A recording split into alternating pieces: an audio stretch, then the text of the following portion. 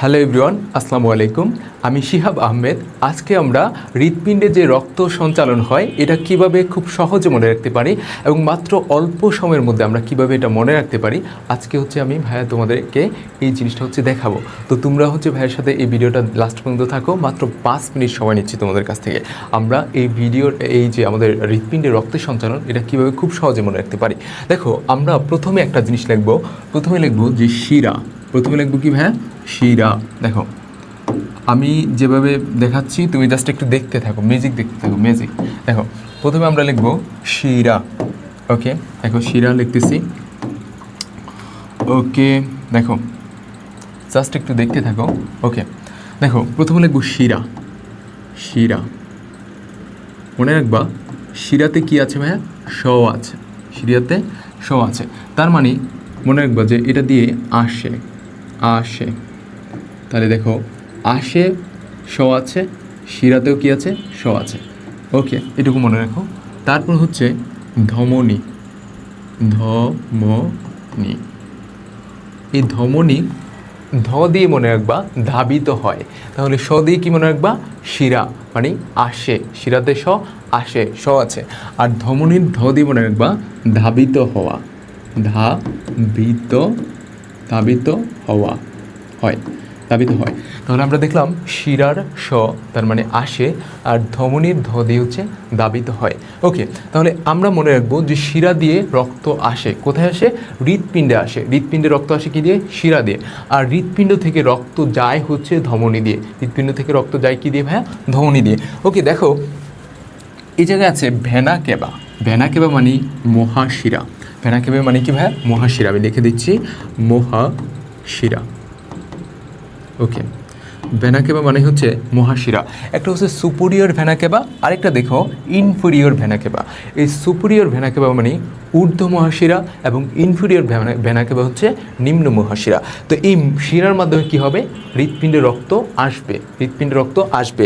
তো এই superior vena কেবার মাধ্যমে দেহের যে সম্মুখ ভাগ, সেখান থেকে কার্বন ডাই অক্সাইড সমৃদ্ধ রক্ত,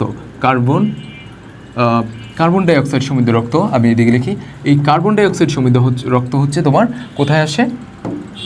কার্বন ডাই অক্সাইড সমৃদ্ধ রক্ত তোমার এই সুপিরিয়র ভেনা কেবা বা শিরার মাধ্যমে আমাদের এই যে আমাদের প্রকোষ্ঠ রয়েছে। আমি আবার একটু বলছি, আমাদের হৃৎপিণ্ডের যে প্রকোষ্ঠ, আমাদের হৃৎপিণ্ডটা সম্পূর্ণ 4 প্রকোষ্ঠ বিশিষ্ট। সম্পূর্ণ 4 প্রকোষ্ঠ বিশিষ্ট আমাদের মানবদেহের হৃৎপিণ্ড। আর কুমিরের বা সরীসৃপের হৃৎপিণ্ড অসম্পূর্ণ 4 প্রকোষ্ঠ বিশিষ্ট। ঠিক আছে, কুমিরের হৃৎপিণ্ডটা, সরীসৃপ না, সরীসৃপ 3 প্রকোষ্ঠ।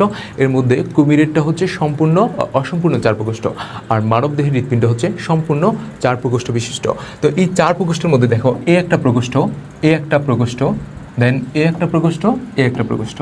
তো এই 4 প্রকোষ্ঠের উপরের যে 2টা প্রকোষ্ঠ এদেরকে বলা হয় অ্যাট্রিয়াম, এবং নিচের যে 2টা প্রকোষ্ঠ রয়েছে এদেরকে বলা হয় ভেন্ট্রিকল। তো এই উপরের 2টা প্রকোষ্ঠকে বলা হয় অ্যাট্রিয়াম, অ্যাট্রিয়ামের আরেকটা নাম অলিন্দ। আর নিচে যে 2টা প্রকোষ্ঠ রয়েছে এদেরকে বলা হয় ভেন্ট্রিকল বা নিলয় বলা হয়। ভেন্ট্রিকল বা নিলয়, ভেন্ট্রিকল বা নিলয় বলা হয়। ওকে, আমরা আরেকটু দেখি। দেখো, এই যে আমাদের যে ডান পাশের যেই অ্যাট্রিয়াম ভেন্ট্রিকল রয়েছে এদেরকে বলা হয় ডান অ্যাট্রিয়াম, এবং নিচের যে ডান পাশে যে ভেন্ট্রিকলটা রয়েছে সেটাকে বলা হয় ডান ভেন্ট্রিকল, এবং বাম পাশে যে অ্যাট্রিয়ামটা রয়েছে সেটাকে বলা হয় বাম অ্যাট্রিয়াম, যে নিচে যে ভেন্ট্রিকলটা রয়েছে সেটাকে বলা হয় বাম ভেন্ট্রিকল। তো রক্ত এই সুপিরিয়র ভেনা কেবা বা ঊর্ধ্ব মহাশিরার মাধ্যমে এবং ইনফেরিয়র ভেনা কেবা বা নিম্ন মহাশিরার মাধ্যমে, সুপিরিয়র ভেনা কেবার মাধ্যমে দেহের সম্মুখ ভাগ থেকে, এবং ইনফেরিয়র ভেনা কেবার মাধ্যমে দেহের যে পশ্চাৎ ভাগ আছে সেখান থেকে কার্বন ডাই অক্সাইড সমৃদ্ধ রক্ত তোমার কোথায় আসবে? এই যে দেখো, এদিক দিয়ে, এই যে অংশটা দিয়ে এদিক দিয়ে এইখানে আসবে। ঠিক আছে, আমাদের ডান অলিন্দে আসবে, ডান অলিন্দে বা ডান অ্যাট্রিয়ামে আসবে। তো এই ডান অ্যাট্রিয়ামে কার্বন ডাই অক্সাইড সমৃদ্ধ রক্ত আসার পর এই যে দেখো, এটা ডান ভেন্ট্রিকল, ডান ভেন্ট্রিকল, আর এটা ডান অ্যাট্রিয়াম। তো এই ডান অ্যাট্রিয়াম এবং ডান ভেন্ট্রিকলের মাঝখানে একটা কপাটিকা থাকে, ট্রাইকাসপিড কপাটিকা বলা হয়। ঠিক আছে, ট্রাইকাসপিড কপাটিকা। এই ট্রাইকাসপিড কপাটিকা দিয়ে এই যে তোমার আমাদের ডান অ্যাট্রিয়াম আছে, এই ডান অ্যাট্রিয়াম থেকে রক্ত তোমার এই ডান ভেন্ট্রিকলে আসে। কিন্তু ডান ভেন্ট্রিকল থেকে রক্ত কিন্তু কোনো মতেই ডান অ্যাট্রিয়ামে প্রবাহিত হতে পারে না, কারণ এই জায়গায় ট্রাইকাসপিড কপাটিকা আছে। আর ট্রাইকাসপিড কপাটিকা হচ্ছে তোমার একমুখী, অর্থাৎ রক্তকে শুধুমাত্র অ্যাট্রিয়াম থেকে ভেন্ট্রিকলে আসতে দেয়, কিন্তু ভেন্ট্রিকল থেকে কখনোই অ্যাট্রিয়ামে আসতে দেয় না। ওকে, আমরা দেখে গেলাম যে এখানে কার্বন ডাইঅক্সাইড সমৃদ্ধ রক্ত এখানে চলে আসছে কার্বন ডাইঅক্সাইড সমৃদ্ধ রক্তটা। এবার এই কার্বন ডাইঅক্সাইড সমৃদ্ধ রক্ত এই ডান ভেন্ট্রিকল থেকে তোমার এই যে আমাদের পালমোনারি যে ধমনী রয়েছে, পালমোনারি ধমনী, পালমোনারি মানে কি ভাইয়া? ফুসফুস, ঠিক আছে, ফুসফুস, ফুসফুস। ওকে, এই যে ধমনী, ধমনী মানে কি? ধাবিত হবে, অর্থাৎ ফুসফুসীয় যে ধমনী বা পালমোনারি ধমনী, এই পালমোনারি ধমনীর মাধ্যমে রক্তটা হচ্ছে কোথায় যাবে? ফুসফুসে চলে যাবে, ঠিক আছে। তো এই ফুসফুসে আমাদের আবার কি আছে? অ্যালভিওলাই আছে বা অ্যালভিওলাস। এই অ্যালভিওলাসে আমরা